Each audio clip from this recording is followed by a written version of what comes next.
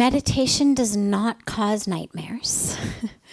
Do not worry. Do not worry. It's not one of the side effects of meditation.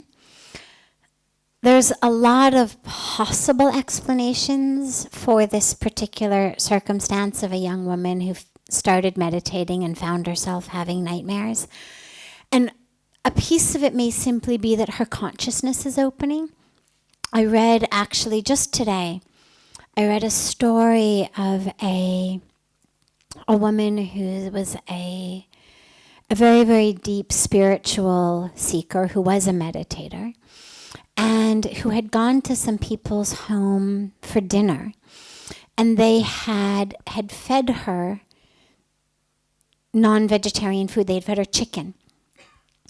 And she was a vegetarian otherwise, but she didn't want to make a big fuss and so she thought, let me just be polite and eat the chicken.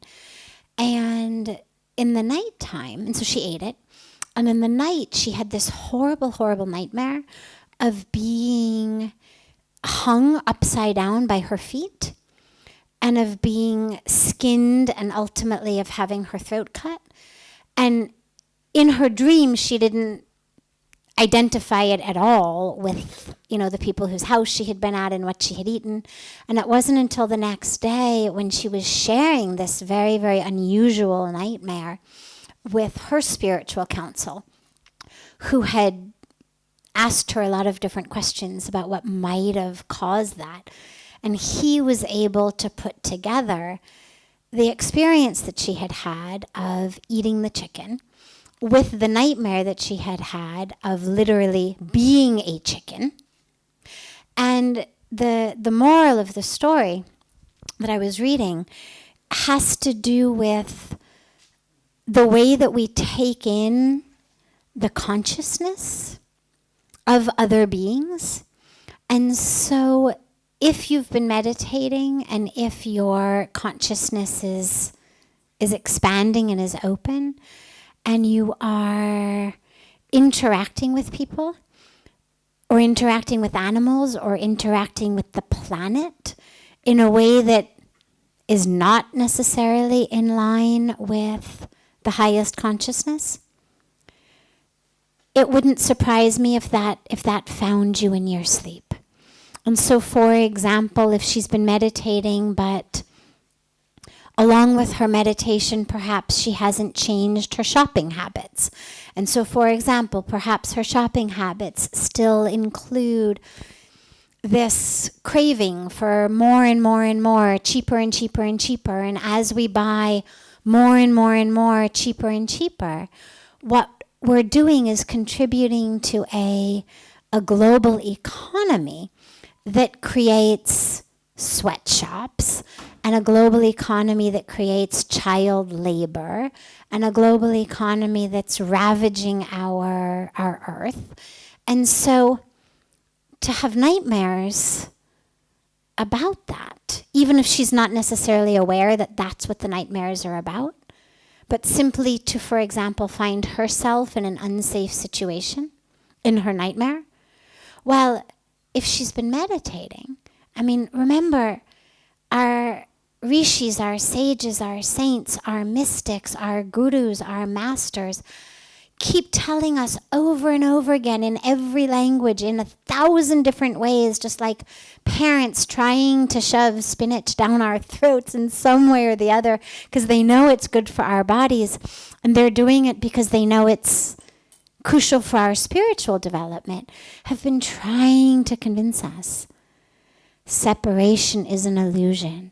We're all one. It's all divine. We're all spirit. This is the fundamental teaching of all of our spiritual traditions. And so to begin meditating and start having nightmares would mean to me that what's happening is her consciousness is opening, her awareness is opening, her experience of being connected to the world is opening.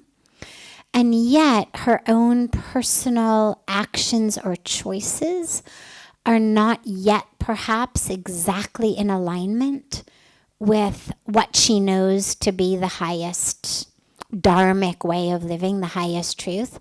And that could cause, on an unconscious psychological level, the conflict that in her nightmare she's experiencing what, through her unconscious choices, she's actually creating in the world. So even though she may not be going out and harming someone, and before meditating, her consciousness perhaps was closed enough that she felt that she wasn't impacted by that.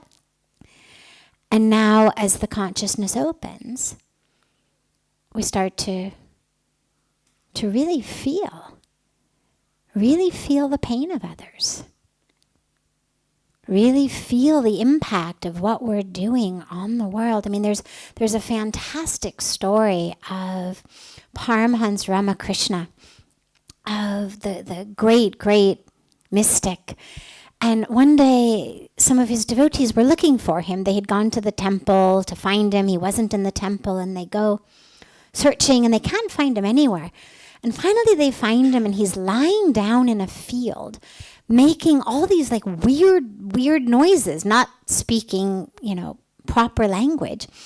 And gathered around him are all these bunny rabbits.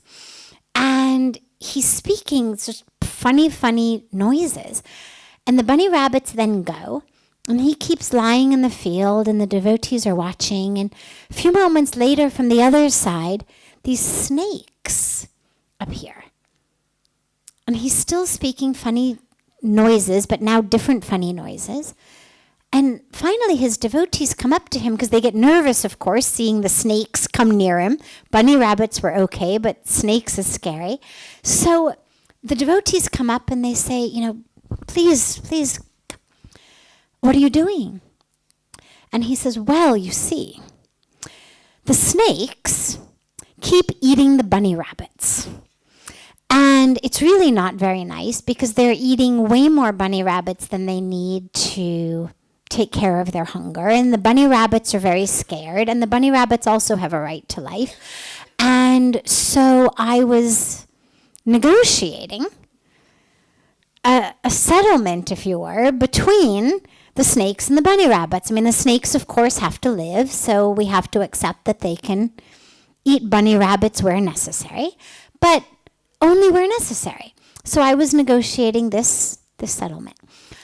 And I love that story because the idea of a man being able in bunny rabbit and snake language to negotiate a settlement between them is, it's the stuff that children's stories are made of. It's not the stuff that as adults we believe.